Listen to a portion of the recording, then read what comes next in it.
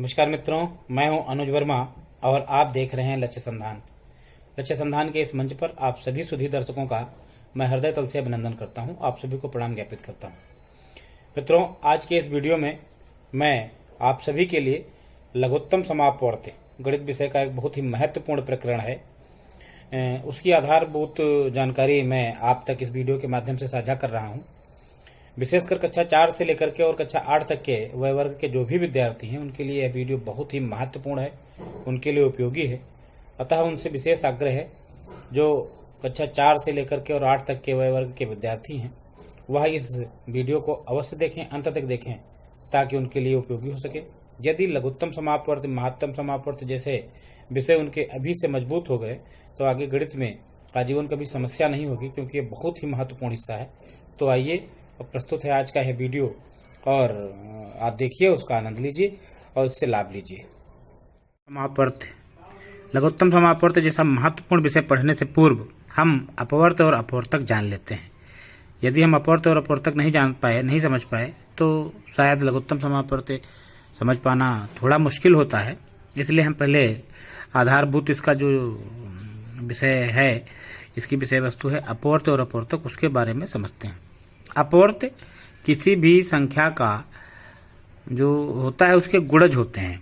जैसे 2 है, 2 को आप 1 से गुणा कर दीजिए तो 2 1 कम 2, 2 उसका अपवर्त हो गया। फिर 2 को 2 से गुणा कर दीजिए तो 2 दूनी 4, 4 उसका अपवर्त हो गया। 2 को 3 से कर दीजिए तो 2 3 6, 6 उसका अपवर्त हो गया। 2 को 8 से गुणा कर दीजिए, 4 से गुणा कर दीजिए तो 2 चक्कू 8, 8 2 का अपवर्त हो गया। 2 को 6 से कर दीजिए तो 2 छंग 12, 12 2 का अपवर्त हो गया। इसी तरह 2 को आप किसी भी प्राकृतिक संख्या से गुणा करते चले जाएंगे तो उसके गुणज प्राप्त होते चले जाएंगे और वो गुणज ही उसके अपवर्त कहलाते हैं। इसी तरह आप 3 को देख लीजिए, 3 को आप 1 से गुणा करिए तो 3 1 कम 3, 3 को 2 से गुणा करिए तो 3 दूनी 6, 3 को आप 3 से गुणा करिए तो 3 3 9, 3 को आप 4 से गुणा करिए तो 3 चौके 12, 3 को आप 5 से गुणा करिए 3 5 15। इसी तरह आप गुणा करते चले जाएंगे और गुणज प्राप्त होते चले जाएंगे। यही गुणज जो प्राप्त होते चले जाएंगे ये 3 के अपवर्त हैं। इन्हीं को 3 का अपवर्त कह लीजिए या 3 का गुणज कह लीजिए। इसी तरह 4 है, 4 को 4 1 कम 4, 4 दूनी 8, 4 3 12, 4 चौके 16, 4 पंचे 20, 4 छंग 24। इसी तरह 4 को किसी भी प्राकृतिक संख्या से आप गुणा करते चले जाइए और उसके गुणज प्राप्त होते चले जाएंगे। यही गुणज जो हैं अपवर्त कहलाते हैं। इस तरह से हम कह सकते हैं कि अपवर्त को अगर परिभाषित करना हो तो क्या कहेंगे, तो अपवर्त को परिभाषित करने के लिए हम कह सकते हैं कि किसी भी संख्या को किसी भी प्राकृतिक संख्या से गुणा करने पर प्राप्त जो फल है, गुणनफल है या गुणज है, वही उस मूल संख्या के अपवर्त होते हैं। जैसे हमने 2 को 2 से गुणा किया तो 4 प्राप्त हुआ, तो 2 का अपवर्त 4 हो गया। 2 को हमने 3 से गुणा किया तो 6 प्राप्त हो गया, यानी कि 6 भी 2 का गुणज हो गया, अपवर्त हो गया। 2 को हमने 4 से गुणा किया तो 8 प्राप्त हो गया, यानी कि 8 भी 2 का अपवर्त हो गया, गुणज हो गया। इसी तरह 3 को हमने मान लीजिए 5 से गुणा किया तो 3 5 15 प्राप्त हो गया, यानी कि 15 भी 3 का गुणज है, अपवर्त है। इसी तरह 4 को हमने 6 से गुणा किया तो 24 प्राप्त हो गया, 4 छंग 24, अर्थात 4 का गुणज जो है 24 भी है। इस तरह से हम देख सकते हैं कि किसी भी संख्या को किसी भी प्राकृतिक संख्या से गुणा करने पर गुणज प्राप्त होते रहते हैं और इन प्राप्त होने वाले गुणजों की संख्या असीमित होती है। इस तरह से आप कह सकते हो कि अपवर्त जो है किसी भी संख्या के अपवर्त असीमित संख्या में होते हैं, इनकी सीमा निश्चित नहीं की जा सकती। क्यों? क्योंकि प्राकृतिक संख्याओं से आप गुणा करते रहेंगे और गुणनफल प्राप्त होता रहेगा और वही गुणनफल, वही जो गुणज प्राप्त होता रहेगा, वह उस संख्या का अपवर्त कहलाता है। अपवर्त कभी भी सीमांकित नहीं किए जा सकते, अपवर्तों की संख्या हमेशा असीमित होती है। अपवर्त का एक और विशेष गुण होता है, अपवर्त जो होता है वो मूल संख्या के या तो बराबर होता है या उससे अधिक होता है। जैसे 2 है तो 2 का पहला अपवर्त क्या है? 2 का पहला अपवर्त 2 ही है, 2 1 कम 2। और इसके बाद 4 6 8 10 12 14 16 18 20 22 24 26 28 30 32 आप बढ़ते चले जाइए, बढ़ते चले जाएंगे, लेकिन जो भी आप आगे बढ़ेंगे वो 2 से बड़े ही आपको परिणाम प्राप्त होंगे। इस तरह से आप कह सकते हो कि जो भी अपवर्त होते हैं, अपवर्त मूल संख्या से या तो बराबर होते हैं या उससे बड़े होते हैं। तो इस तरह से एक बार फिर से देख लीजिए, अपवर्त जो है, अपवर्त गुणज होते हैं। किसी भी संख्या को किसी भी प्राकृतिक संख्या से गुणा प्राप्त करने पर जो गुणनफल प्राप्त होता रहता है उसको हम अपवर्त या गुणज कहते हैं। जैसे 3 को हमने 3 से किया तो 3 3 9 प्राप्त हो गया, 3 को हमने 4 से किया तो 3 6 12 प्राप्त हो गया, 3 को हमने 5 से किया तो 3 5 15 प्राप्त हो गया। तो ये जो 9 12 15 प्राप्त हो रहे हैं यह गुणज हैं और इन्हीं गुणजों को हम 3 का अपवर्त कहेंगे। एक बार फिर से सुन लीजिए कि अपवर्त की संख्या असीमित होती है और अपवर्त अपनी मूल संख्या के या तो बराबर होता है अथवा उससे अधिक होता है। देखते हैं अपवर्तक। अपवर्तक क्या है? अपवर्तक को हम गुणनखंड भी कह सकते हैं। कोई भी संख्या है उसके जो गुणनखंड प्राप्त होते हैं उन्हीं को हम उस संख्या का अपवर्तक कहते हैं। उदाहरण के लिए हमने ले लिया 10।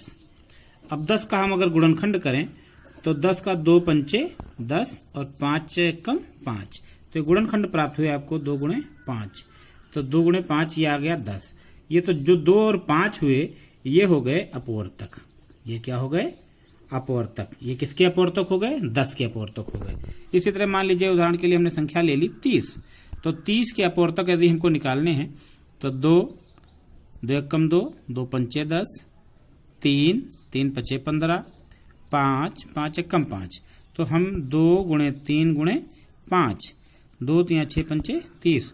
तो ये जो प्राप्त हुए 2 गुणे 3 गुणे 5 ये 30 के अपवर्तक हैं। ये क्या हो गए? 30 के अपवर्तक हो गए। ये 30 के अपवर्तक हो गए। अब इसी तरह से यदि मान लीजिए उदाहरण के लिए मैंने संख्या ले ली 120, तो 120 के हमको अपवर्तक पता करने हैं तो हम इसके गुणनखंड कर लेंगे। 2 छंग 12, 2 सिफरम 0, 2 3 6, 2 एक कम 2, 2 पंचे 10, 3 पचे 15, 5 एक कम 5। तो ये हमें गुणनखंड इसके प्राप्त हुए। गुणनखंड हमको इसके प्राप्त हुए 2 गुणे 2 गुणे 2 गुणे 3 गुणे 5, 2 दूनी 4 दूनी 8, 24 पंचे 120। तो 120 के जो टुकड़े मिले हमको 2 2 2 3 5, 2 गुणे 2 गुणे 2 गुणे 3 गुणे 5, ये जो हमको 120 के टुकड़े मिले ये गुणनखंड है और ये इन्हीं गुणनखंडों को हम अपवर्तक कहते हैं। क्या कहते हैं? अपवर्तक।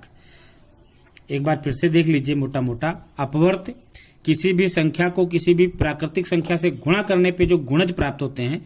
जैसे 2 को मैंने 1 से किया तो 2 एक कम 2 प्राप्त हुआ, 2 को मैंने 2 से किया तो 2 दूनी 4 प्राप्त हुआ, 2 को मैंने 3 से किया तो 2 3 6 प्राप्त हुआ, 2 को मैंने 4 से किया तो 2 चौके 8 प्राप्त हुआ, 2 को मैंने 5 से किया तो 2 पंचे 10 प्राप्त हुआ, 2 को मैंने 6 से किया तो 2 छंग 12 प्राप्त हुआ। इस तरह से ये प्राप्त होते चले जाएंगे। इनकी संख्या असीमित होती है, किसी भी प्राकृतिक संख्या से आप गुणा करते चले जाएंगे और ये असीमित संख्या में प्राप्त होते चले जाएंगे। तो ये जो परिणाम इधर प्राप्त हो रहे हैं ये गुणज प्राप्त हो रहे हैं और इन्हीं गुणज को हम 2 का अपवर्तक कहेंगे, अपवर्त कहेंगे। 2 का अपवर्त 2, 2 का अपवर्त 4, 2 का अपवर्त 6, 2 का अपवर्त 8, 2 का अपवर्त 10, 2 का अपवर्त 12। ये प्राप्त होते चले जा रहे हैं इनकी असीमित संख्या। तो ये तो हो गए अपवर्त। और अपवर्तक क्या है? अपवर्तक उस संख्या के गुणनखंड हैं जिस संख्या को हमको दिया गया है। जैसे हमको दे दिया गया है 50, तो 50 के हम गुणनखंड कर लेते हैं। तो इसके 3 गुणनखंड हमको प्राप्त हुए। 2 गुणे 5 गुणे 5, 2 पंचे 10 पचे 50। तो ये जो 2 गुणे 5 गुणे 5 प्राप्त हुए ये 50 के अपवर्तक हो गए। ये 50 के अपवर्तक हो गए। और इधर ये जो मैंने 2 को 1 से गुणा किया 2 मिला, 2 को 2 से किया तो 4 मिला, 2 को 3 से किया तो 6 मिला, 2 को 4 से किया 8 मिला, 2 को 5 से किया 10 मिला, 2 को 6 से किया 12 मिला। तो ये जो प्राप्त हुए ये गुणज प्राप्त हुए और इन गुणजों को हम अपवर्त कहते हैं। गुणज को अपवर्त कहते हैं, गुणनखंड को अपवर्तक कहते हैं। अपवर्त की संख्या असीमित होती है, अपवर्तक की संख्या निश्चित होती है। अपवर्त या तो संख्या के बराबर होगा या उससे बड़ा होगा, अपवर्तक संख्या से छोटा होगा। इस तरह से अपवर्त और अपवर्तक आपको समझ में आया होगा। मैं आपको कुछ प्रश्न दे रहा हूं। जैसे 20 दिया है, 30 दिया है, 40 दिया है। ये दी हुई संख्याओं के अपवर्तक बताइए। दी हुई संख्याओं के अपवर्तक बताइए। तो देखिए 20 के अपवर्तक हम पता कर रहे हैं। तो 2 से इसको हम पहले शुरू करेंगे। 2 पंचे 10, 5 कम 5। इसके गुणनखंड को 3 प्राप्त हुए। 2 गुणे 2 गुणे 5, 2 दूनी 4 पंचे 20, यानी कि 20 के अपवर्तक क्या क्या हो गए? 20 के अपवर्तक हो गए 2 गुणे 2 गुणे 5। इसी तरह से हमको 30 का निकालना है, तो 30 का देख लीजिए। 2 1 कम 2, 2 पंचे 10, 3 पचे 15, 5 1 कम 5, यानी कि 2 गुणे 3 गुणे 5, तो ये 30 हो गए। तो 30 के अपवर्तक कौन कौन से हो गए? 30 के अपवर्तक हो गए 2 3 5। 40 के हमको निकालना है, तो 2 दूनी 4, 2 1 कम 2, 2 पंचे 10, 5 1 कम 5, यानी कि 2 गुणे 2 गुणे 2 गुणे 5, तो 2 दूनी 4 दूनी 8 पंचे 40। ये तो 40 के अपवर्तक क्या हो गए? 2 गुणे 2 गुणे 2 गुणे 5, ये 40 के अपवर्तक हो गए। अगला प्रश्न उदाहरण आपको दे दिया जाए कि 2 3 4 5 6 के अपवर्त बताइए। अपवर्त बताइए, तो इनके अपवर्त देखिए। तो 2 को 1 से गुणा कर दीजिए, 2 मिल गया। 2 को 2 से गुणा कर दीजिए, 2 दूनी 4 मिल गया। 2 को 3 से गुणा कर दीजिए, 2 3 6 मिल गया। 2 को 4 से गुणा कर दीजिए, 2 चक्कू 8 मिल गया। 2 को 5 से कर दीजिए, 2 पंचे 10 मिल गया। 2 को 6 से कर दीजिए, 2 छंग 12 मिल गया। 2 को 7 से कर दीजिए, 2 सती 14 मिल गया। 2 को 8 से कर दीजिए, 2 अठी 16 मिल गया। इसी तरह से आप करते जाएंगे और अपवर्त 2 के मिलते चले जाएंगे। 3 के अपवर्त निकालने हैं, तो 3 को 1 से कर दीजिए, 3 मिल गया। 3 को 2 से कर दीजिए, 3 दूनी 6 मिल गया। 3 को 3 से कर दीजिए, 3 तियां 9 मिल गया। 3 को 4 से कर दीजिए, 3 चक्कू 12 मिल गया। 3 को 5 से कर दीजिए, 3 3 पचे 15 मिल गया। इसी तरह आप करते चले जाएंगे और 3 के अपवर्त आपको प्राप्त होते चले जाएंगे। इसी तरह 6 के दीजिए, 6 को 1 से कर दीजिए, 6 मिल गया। 6 को 2 से कर दीजिए, जो 6 दूनी 12 मिल गया। 6 को 3 से कर दीजिए, 6 तियां 18 मिल गया। 6 को 4 से कर दीजिए, 6 चौक 24 मिल गया। इसी तरह से आप प्राकृतिक संख्याओं से 6 को गुणा करते चले जाएंगे। इधर आपको गुणज मिलते चले जाएंगे और इन्हीं गुणजों को अपवर्त कहा जाता है और इन गुणनखंडों को अपवर्तक कहा जाता है। गुणज जो है, अपवर्त जो है, इनकी संख्या असीमित होती है, गुणनखंडों की संख्या सीमित होती है। अपवर्त सदैव संख्या के बराबर अथवा संख्या से बड़ा होता है, अपवर्तक सदैव संख्या से छोटा होता है। इस तरह से आज का यह प्रकरण पूरा हुआ। अगले प्रकरण में, अगले वीडियो में मैं आपको लासा निकालना बताऊंगा। धन्यवाद। जय हिंद, जय भारत।